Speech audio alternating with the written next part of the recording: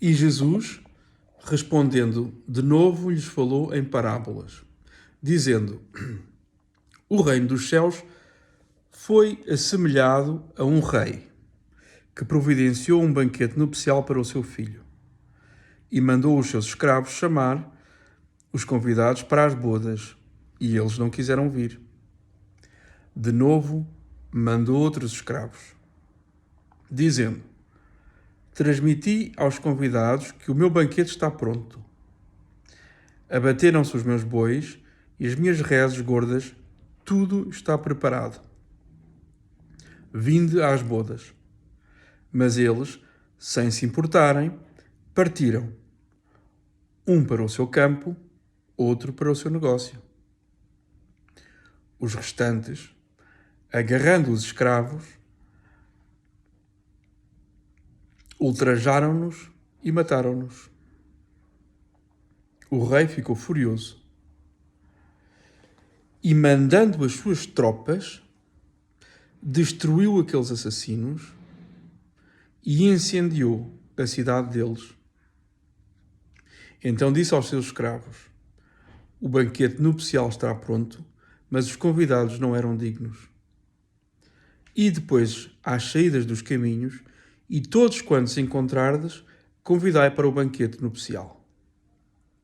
E os escravos, saindo para os caminhos, reuniram todos quantos encontraram, maus e bons. E a boda encheu-se de convivas. Entrando o rei para ver os convidados, viu ali um homem que não vestia roupa de casamento. E diz-lhe: Amigo, como entraste aqui sem teres fato de casamento? Mas o homem ficou constrangido. Então o rei disse aos criados de servir: Atai-lhe os pés e as mãos e lançai-o na escuridão lá fora. Aí haverá choro e ranger de dentes. É que muitos são chamados, mas poucos escolhidos. Amigos, boa tarde. Isto é Mateus 22. Tivemos a ler este pecado.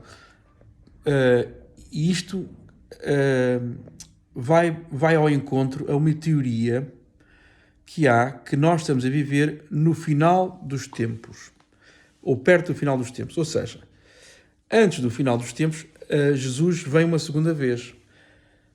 Para isso ainda haverá o reino do Anticristo. No caso desta teoria já houve o reino do Anticristo.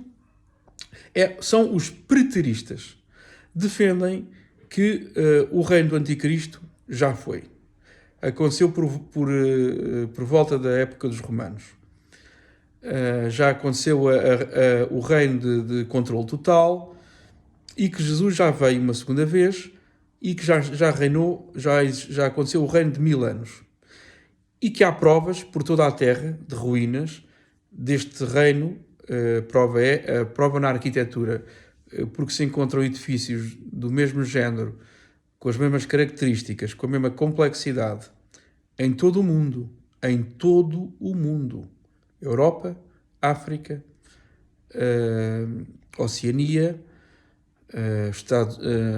América do Norte, América do Sul,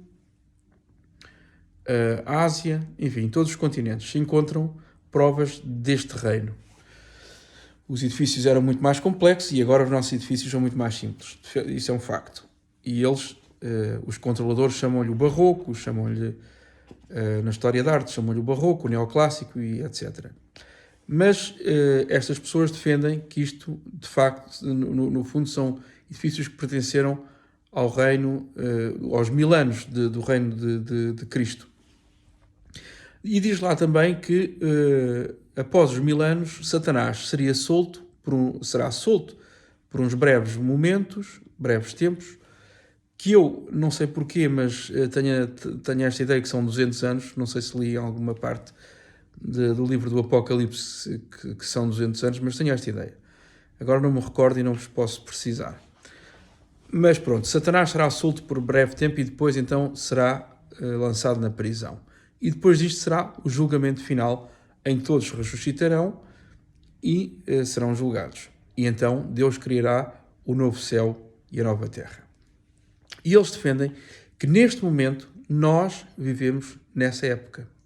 Vivemos nos tais...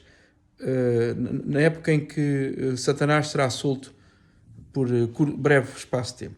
O que é possível. Certamente está tudo louco e inverteram-se os valores. Vivemos num mundo satânico e os controladores deste mundo são uns satânicos do pior que há, são literalmente adoradores de Satanás. Portanto, e vendo isto à volta, e de facto há uma narrativa que vai contra a Bíblia, em que pretende que Deus seja o verdadeiro Deus, seja mau, e que Satanás seja o bom. E onde é que eu encontro prova disto? Eu não sei, não sei se isto será... Penso que é possível estarmos a viver nesta época, mas aqui acho interessante nesta parábola que Jesus disse, porque, reparem bem, o rei é evidente que é Deus. Os servos são os anjos e os profetas. Que ele mandou os profetas e foram mortos. Mas reparem que ele diz assim, mandando as suas tropas, os seus anjos, destruiu aqueles assassinos e incendiou a cidade deles, ou seja, acabou com aquela civilização.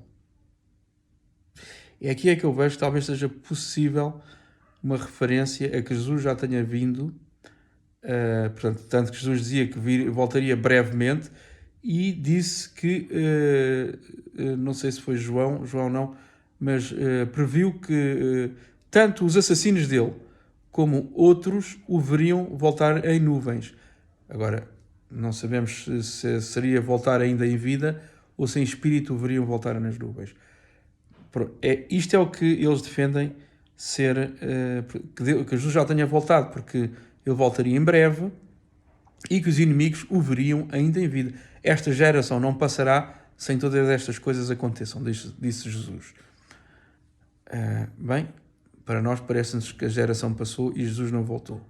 Mas, como Satanás nos mente e tudo nos mentiram acerca de tudo no mundo, até acerca do próprio mundo, a Terra é plana e falam em planetas, uma esfera e espaço sideral que não é possível existir, porque não é possível haver vácuo ao lado de uma atmosfera, só isso deita por terra qualquer. E a água forma sempre um plano. A água não forma uma esfera, jamais se curva. Enfim, mentiram-nos acerca de tudo. E a nossa história também é uma mentira. Não é uma verdade, é completamente inventada. Enganaram-nos. Portanto, esta noção que temos que Jesus veio há 2000 anos e que ainda estamos à espera da segunda vinda, também pode não ser assim. Se calhar, ele já regressou. Algumas coisas eu tenho dúvidas. Porquê? Porque fala na marca da besta, mas se já aconteceu, é possível. Porque no passado, certamente, eles... Não é como eles nos dizem que o passado era, que as pessoas eram primitivas, não eram. Tinham tecnologia mais avançada que a nossa, aliás, comboios, tudo isso. Há provas de que carros elétricos, tudo isso já existia e que aconteceu uma grande calamidade, foi tudo soterrado em lama, e fez um reset, um reiniciar da civilização. E mentiram-nos, sobretudo, e inventaram uma narrativa de milhares de anos, ou seja, acrescentaram pelo menos 1000 anos à história. Bom, isto é a possibilidade dos preteristas. É possível, não digo que não vos dou a dizer que é de certeza, mas há esta possibilidade, o que não deixa de ser interessante. De qualquer maneira, se vivêssemos realmente no final dos tempos, nesses anos em que Satanás será solto, o Satanás certamente nos mentiria e nos inventaria, porque como é que de outro modo, só mentindo, porque ele é um mentiroso, vai conseguir levar toda a gente a rebelar-se contra Deus, não é? De outro modo, no seu perfeito juízo, jamais alguém se rebelaria contra Deus. Para batalhar contra Deus, que é o que ele vai fazer. Claro que serão todos esmagados. Enfim, exceto nós, os cristãos crentes. E acho interessante esta passagem, portanto, e depois reparem que diz ele mandou os servos a chamarem bons e maus. Portanto, todos somos convidados, bons e maus, todos aqueles que se arrependem.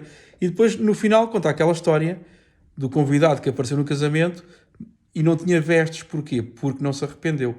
Não é um cristão, porque os cristãos também são maus. Nós todos somos pessoas más. Claro que fazemos maldades, mas arrependemos-nos, temos consciência e não dormimos descansados com a maldade que fazemos, não é? E então, só quem crê e aceita a palavra de Deus, quem tem fé em Deus, será salvo, e que receberá as vestes para o casamento. De outro modo, não receberá, não é fingir que somos cristãos que entramos no casamento, que entramos na salvação. Acho isto muito interessante, esta ideia, esta possibilidade. Mas vou continuar, vou-vos ler o resto. Queria-vos dar esta nota, esta possibilidade. Pensem bem que é possível estarmos a viver, sim, nesses últimos anos, imediatamente antes, já depois dos 1000 anos do reino de Cristo. É possível que Cristo já tenha regressado. Agora, o que eu não concordo com eles é que também em nenhum lado da Bíblia diz que, uma vez que Cristo tenha regressado, que ele se vai embora. Portanto, a ideia que eu tenho é até que eu quero ler com mais profundidade de novo, é que Cristo reinará em Jerusalém, Satanás vai ser solto, mas lá não diz que Cristo se foi embora. E aqui é que eu difiro deles. Acho que, não sei. É possível que Jesus tenha ido, mas não fala, não sei, pode ser. Jesus no fim vai julgar os vivos e os mortos, mas não diz que ele se foi embora para algum lado. Não sabemos. Não sabemos tudo, de facto. Não nos é dito tudo, porque se calhar também não interessa de sabermos tudo, porque a nossa fé tem de ser posta à prova. E temos de dar provas que realmente acreditamos em Deus, apesar do mundo inteiro dizer que é de uma forma, o contrário ao que Deus diz, nós temos de ter a fé para acreditar em Deus, apesar de tudo e de todos, contra tudo e contra todos. É muito interessante isto. Pensem bem nisto também. Continuando. Então, os fariseus foram reunir-se em conselho para lhe criarem uma armadilha no seu próprio discurso. E mandaram-lhe os discípulos deles, juntamente com os partidários de Herodes, dizendo: Mestre, sabemos que és verdadeiro e que ensinas o caminho de Deus na verdade. E não te preocupas com a opinião de ninguém, pois não olhas para o aspecto das pessoas. Diz-nos, pois, o que te parece. Devemos ou não devemos pagar tributo a César? Sabendo Jesus da malícia deles, disse: Porque me pondes à prova, hipócritas. Agora vou parar aqui, porque reparem, Jesus é amor, e no entanto Jesus está aqui a dizer hipócritas, não está-lhes a chamar, oh pronto, meus lindinhos, eu perdoo tudo, eu amo-vos muito. Não, hipócritas. Aliás, Jesus disse antes, lançai-os lá fora, onde haverá choro e ranger de dentes. Amor. É amor, mas não perdoa tudo. Estão a ver? Jesus não é um fraquinho, não é um cobarde. No céu não há cobardes. No céu só há gente corajosa, que enfrenta a morte, apesar de tudo. E gente que ama a verdade. Erram, mas amam a verdade. Então diz assim, continuando. Aliás, também, desculpem, não vou continuar nada. Quero-vos só sublinhar aqui uma coisa. Reparem que ele diz, que eles dizem: sabemos que és verdadeiro e que ensinas o caminho de Deus. Reparem bem esta gente. Eles sabem que Jesus... Reparem bem na hipocrisia deles. Sabem que ele é a verdade e não te preocupas, não faz exceção de pessoas, não te preocupas com a opinião de ninguém. Portanto, a verdade acima de tudo. Pois não olhas o aspecto das pessoas. Jesus não julga segundo o aspecto. Eles sabiam disto. E, no entanto, mesmo assim, ou seja, ele ensina a palavra de Deus, ensina a verdade, e, no entanto, vão-lhe lançar uma armadilha. Isto mostra-nos que há gente do diabo Na realidade, existem filhos do diabo que amam a mentira, sabem o que estão a fazer, estão conscientes do que estão a fazer e fazem e praticam a maldade conscientemente e premeditadamente. Não é por erro como os cristãos. Praticam maldade intencionalmente, sabendo o que estão a fazer e vão em frente com os seus propósitos. Por isso, não tem salvação e está reservado o fogo, o choro e o ranger de dentes. Para sempre. Continuando. Porque me pondes à prova, hipócritas, mostrai-me a moeda do imposto. Eles levaram-lhe um denário.